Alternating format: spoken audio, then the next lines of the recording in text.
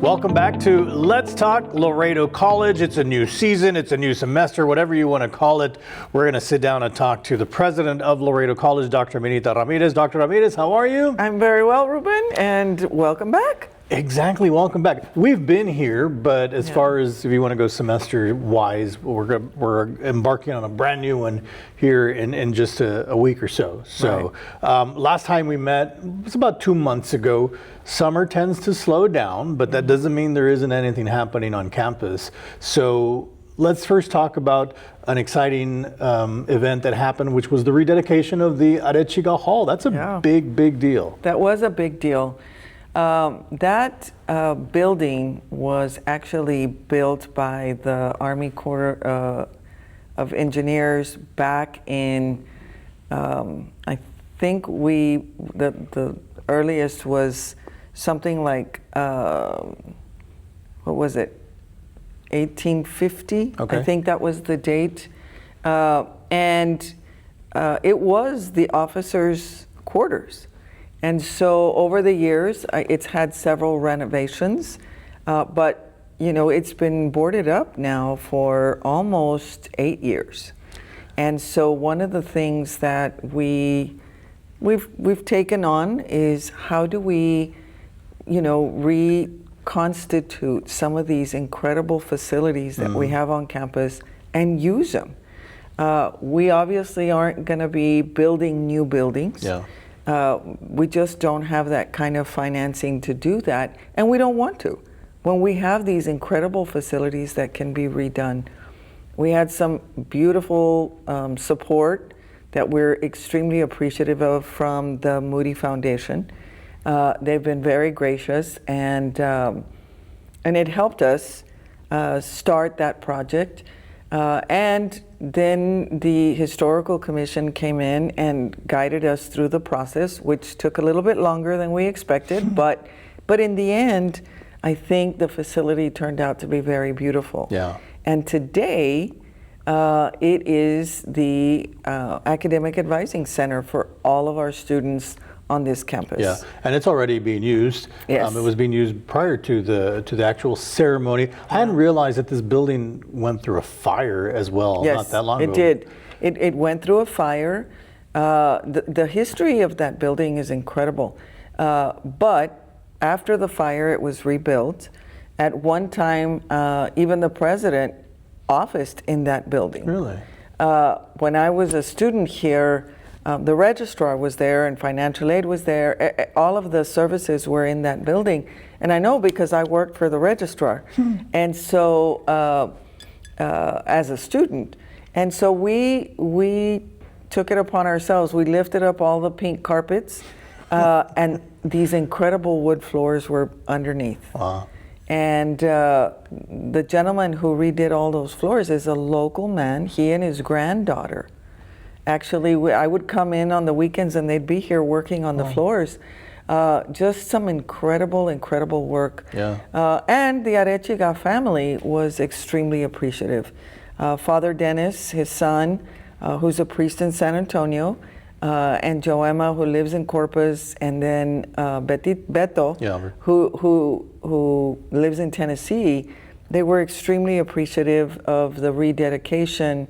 And certainly, you know, we honor the history of Dr. Domingo Arechiga's presidency. When it reopened after the fire, it was named the Domingo Arechiga Hall. Correct. That is absolutely correct. So, you know, we encourage our students to come in and see the facility, but more importantly, to get support. Yeah. That's what that building is for, to provide the support services that our students desperately need to make sure that they're on a pathway to success.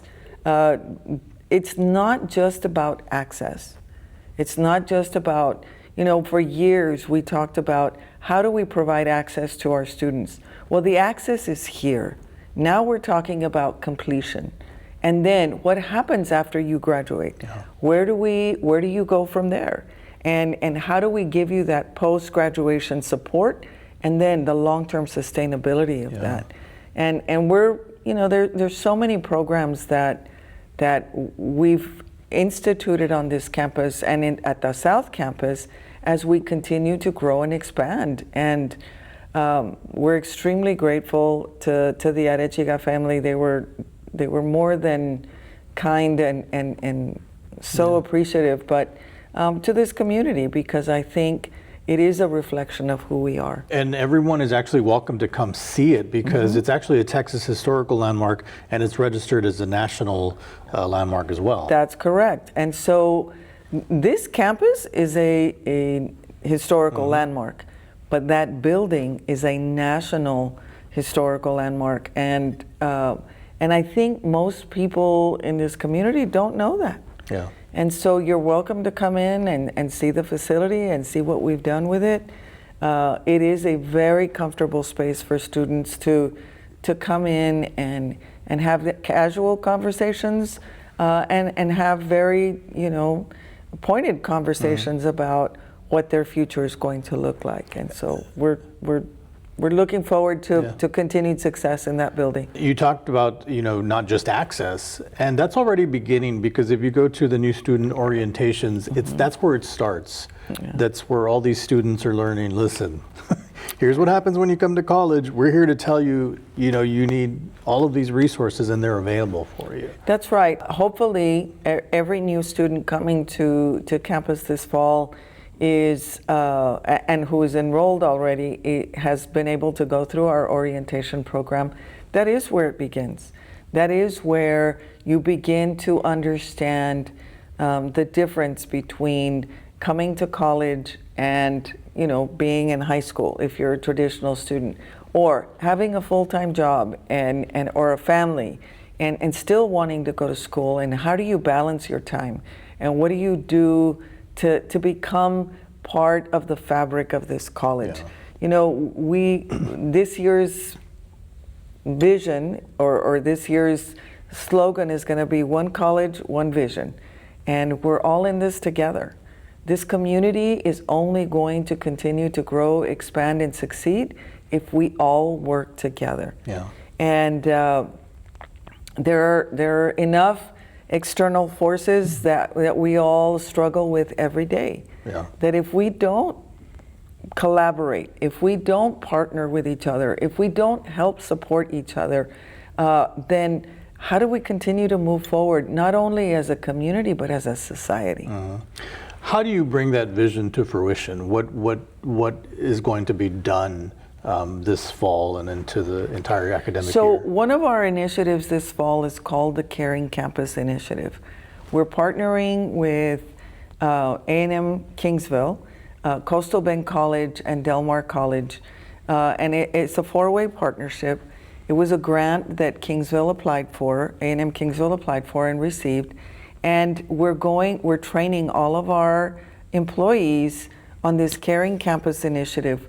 We always say we're extremely caring, and people who come to Laredo College know that they're part of our Palomino family forever, but that they're going to get support. And then who supports our employees? And who cares for our employees? And so one of the initiatives is this Caring Campus, and next Monday on the 24th, we kick off with our convocation for all of our employees. So we'll be closed Monday morning for convocation, but the idea is continuous professional development for our employees, and understanding that everything we say, everything we do has an impact. And if we don't confidently say things with meaning that are to help, then there is no help. Yeah. Then we're hurting. And the idea is sometimes we take things for granted because we've done the same job for so many years that we don't really believe or understand the impact that we're having as individuals. And our employees, every single one of them, has an impact on the day-to-day lives of our students and of this community that we serve. And so my goal this year is to make sure that is known, not just internally, but externally. Yeah. We're going to get our voices heard. And we're gonna make sure that our students' voices are heard, that our employees' voices are heard, that this community's voice is heard. And so we have the three-legged stool here that we're hoping to continue to support to build a strong Laredo and a strong Texas. How does that benefit the student once they sit in that chair for their classes or log in online? You know, how does what the vision is benefit our students? I think it's really simple. The more prepared our students are, the better they're going to succeed. And if they succeed as individuals, their families succeed as an entire family, and therefore the community succeeds, therefore the state succeeds. And so how do we encourage, support, and then provide that long-term sustainability to our students so that they continue to grow? And in addition to that, Ruben, is how do we provide that long-term sustainability to our employees? Because, you know, sometimes we too as employees get bored with what we've been doing because it's the same thing over and over and over again. Well, how do you expand on your skill set? How do you work smarter and not harder? How do we give you the tools that you need to be more efficient with your time and yet have more time to spend helping students grow and develop? So that whole concept is teaching and learning. And whether every employee, whether you're a faculty member or a staff member, we are all teaching something. Whether you're an administrator or a board member, we're all teaching. And sometimes we even teach how not to do something, right? Because everybody's learning from us. And sometimes the simplest thing, like, let me walk you over to that office, makes a difference. Because sometimes students who are shy or afraid won't stay. They'll leave. Yeah. If you just tell them, oh, go to that office over there in the other building. No, that's not the way we're going to do things. Yeah. We're going to guide you. We're going to support you. We're going to help you. And not just while you're here. After you leave, we're going to give you that long-term sustainability. I'll give you an example. I spoke to a young man who graduated from our welding program a couple of years ago and was applying for a job with a company out of Corpus, welding offshore. And they were going to test him in his welding. And he came over and spoke to his professors and told them what was going on. They tested him on site and said, okay, let's see what you can do.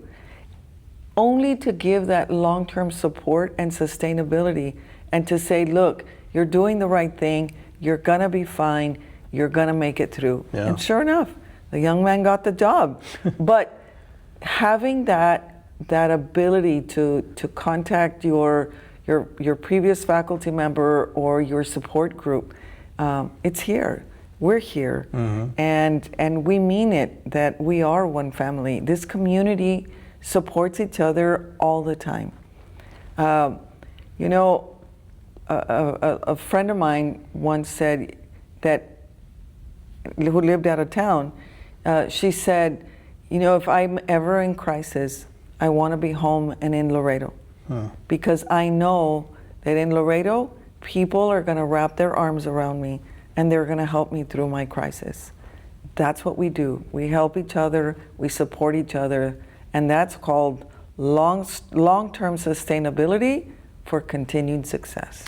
If we look at it from a customer service perspective, who's our customer? Right. It's the student. We're all here for the student, regardless of what you do. Right. And you've got to have that customer service mentality. Right. You know? I think that being behind a camera all the time or behind a telephone has really created an entire generation of individuals who are more comfortable being behind the screen than in front of the screen.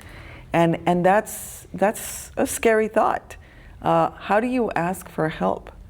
And who do you go to? who do I call? What office do I call first? And so as we help people, hopefully our students and our prospective students, how we help them develop, how we help them unfold their thought process, their learning capacities, their expectations, and certainly their hopes and dreams for the future is all in how we speak to them. Yeah. Because everyone deserves a happy life, everyone deserves a successful career, and everyone deserves the opportunity to do what they love when they love it. Yeah. You know? There's a lot that happens behind the scenes. You know, the new student orientation is, as I mentioned, is the beginning. But you've got an enrollment team that's out in the high schools even before they get here Right. with that message. So we've got several teams. We've got the high school recruiting team. We have the continuing ed recruiting team. We have the adult ed recruiting team. We have the dual credit recruiting team. And so and some of them are the same people, Yeah. right? That are wearing all these hats. Yeah. But the idea is that there is something for everyone at our college. There is that place for whatever stage of your life you're in, and depending on where you find yourself in your professional career, there's something for you here. Yeah. And every industry requires a certain amount of education. And how you fulfill that level of education is, yes, up to the individual, but up to us to help support. Academically, for the upcoming semester, an additional bachelor's degree now, but that just shows the variety and how we serve so many different, people through either a bachelor's, an associate's, a certificate. But talk to me about the new bachelor's degree. Right now we have three. We have the Bachelor's of Science in Nursing. We have the Bachelor's of Applied Science in Organizational Leadership. We have the Bachelor's of Applied Science in Technology, right? Or the BAT degree. That's the newest one. That's the newest one in data, with kind of a specialization in data analytics, or there's programming. There's different specializations within the Bachelor's of Applied Technology. We're working on a fourth. The fourth one is going to be in protective services. This is something we're working with and through the coordinating board and our accreditors. It is going to be probably our first bachelor's degree that allows for credit for experience. And so that one is being worked on. Mr. Manuel Maciel, who has been working diligently on this project now for about 9 months, we're almost at the end and we're almost ready to submit to SACS and the coordinating board for approval. Hopefully, we'll kick it off the fall of 27. But it is something to look forward to. We are hoping at some point to start a master plumbing certification. We're looking at, court reporting again. We had put it on the back burner due to funding, but we're looking at it again, hopefully for next year. And these are workforce areas that the community is asking us for. And so when we're asked to create or develop a new program, it's not as simple as, we'll start teaching tomorrow. Or, can you do it in the next 8 weeks? Well, sometimes no. Depending on the requirements and qualifications from the coordinating board or our accreditors, sometimes it takes a lot more work than that. Developing curriculum, finding qualified faculty to work and teach in those areas is not that easy. Mostly because people can make more money doing the job than teaching, right?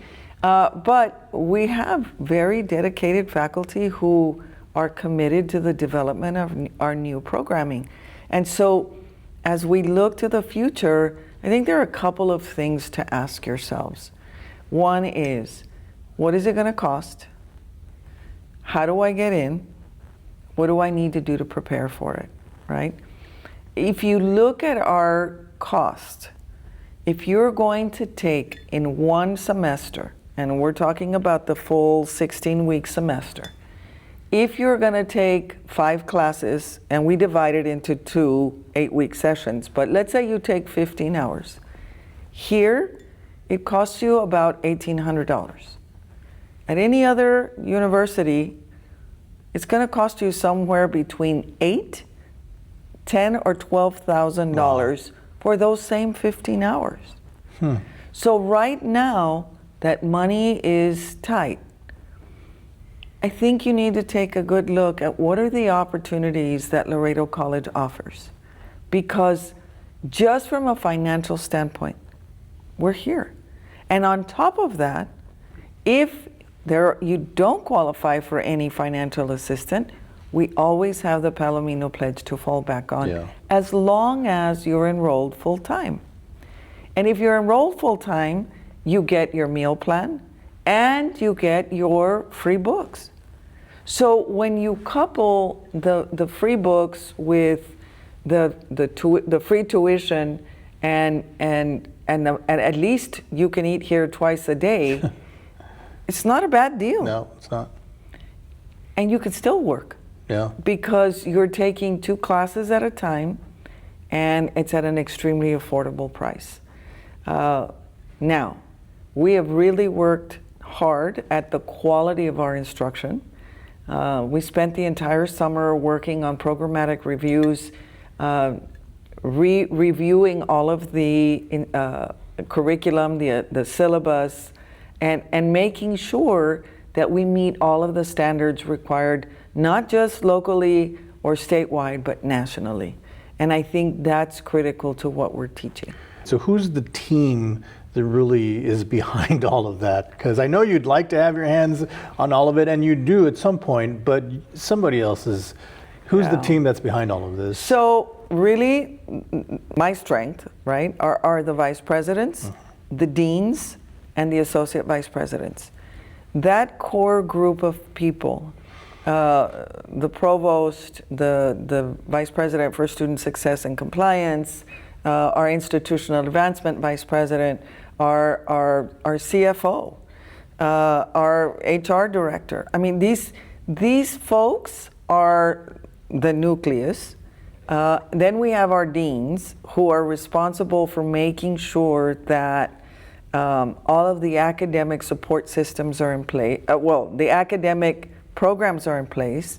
Dr. Arezola and on the student success side and the AVPs there are responsible for the support services. So that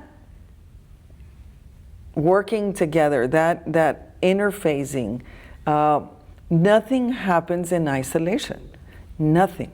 If we think that we can continue to provide instruction and only instruction worry about everything, it's not going to happen. It can't. Because there aren't enough hours in the day for those individuals to do that. They need help. They need support. And the support is on the other side of the house.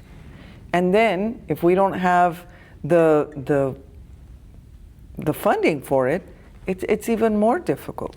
And so how we work together as a team is critical. Now, I must say, we don't always agree, but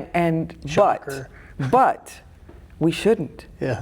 We shouldn't always agree, because, I really believe that it's in that discussion, it's in that somewhat disagreement that people start to realize, hey, we got to make some adjustments here. And as I always tell people, just because we don't agree doesn't mean we don't like each other. No. Right? It has nothing to do with you're either with me or against me. No. We have to make concerted efforts to negotiate, to understand, to get the big picture of what are we trying to do and what is at the center and at the core of all of our decisions? The student. And if we keep that center, then we're going to make the right decisions forever. Yeah. What are you looking forward to the most this upcoming academic year? Well, we're getting ready for a legislative session. We're getting ready for our 80th anniversary. Hopefully, our House Bill 8 funding will continue. And if so, then we can continue to support the programs in place. I am looking forward to being able to unfold and unveil new programming that will help support our workforce and our growing economy. Working together with the county and the city and our school district partners, they're struggling, and we're here to help them. We're here to support our school districts, and only because, and I do have to say this, that the only reason I think our school districts are struggling is because of the changes that our state government has made to the way they get funded. And it's tough. It's tough for them. We were at a board meeting last night, and it's tough for our school districts right now, and we need to help them. We need to band together to support them, and we are. This college is here to help continue to grow not only the dual credit program, but maybe other programs that will help support the needs of our districts, of this community, because we're all one system. We're all one ecosystem that functions together interchangeably. The people who work at the districts or at the banks or at the city have children who go to school, have here, there, and everywhere, or family members who work at each other's entities. And so how we are interconnected is critical to the future of our community. And staying connected with that one vision, I think, is going to be my goal. How do I keep that connection alive, forefront, and in people's minds? If we're really serious about helping our community grow, expand, and succeed, then we will continue to work together as one unit, as one ecosystem. Do you have a favorite day? Is it convocation day? Is it first day of classes? Do you have a favorite day that you can say, I love this day? I love the first day of school, of classes, right? To me, that's always the day that you feel like, okay, I wear my new dress today. But I also, graduation for me is the affirmation that the work we do for our community is in the right place. And it is emotional at graduation because you see so many young people, elderly people, people who had a dream and a goal to get that GED or to get that degree. And finally, it coming to fruition, that dream finally coming true, really is heartwarming. It really makes our mission, our life's work, truly meaningful. And so we congratulate all of our graduates from this year, and we look forward to another year of strong academic learning, but lots of successes, lots of attained dreams, and lots of goals met. What's amazing is that it still elicits that response in you. After so many years, that smile, that emotion, that graduation brings out in you. It's very real. Yeah. It's very real for me. Every year, every graduation. It's just, wow, that's amazing. Anything I didn't ask you that you wanted to mention before we wrap up? I do want to thank the community. I want to thank our faculty, our staff. Our Palomino family has really stepped up to meet some really difficult challenges, and we've met them wholeheartedly. We had our biggest graduating class in the history of Laredo College this year. And so we graduated more students this year than we ever have. And so It is because of the work of all of our employees and the dedication of all of our students, their families, and their support groups. And so I want to thank everybody, and I want to thank our community for believing in the work that this college is doing, for believing in the mission of Laredo College, and believing that the future is bright for all of us. Dr. Minita Ramirez, President of Laredo College. Boss, have an amazing school year. Same to you, Ruben. I know we've all been here, but have an amazing academic year, and we'll see you soon. Thank you.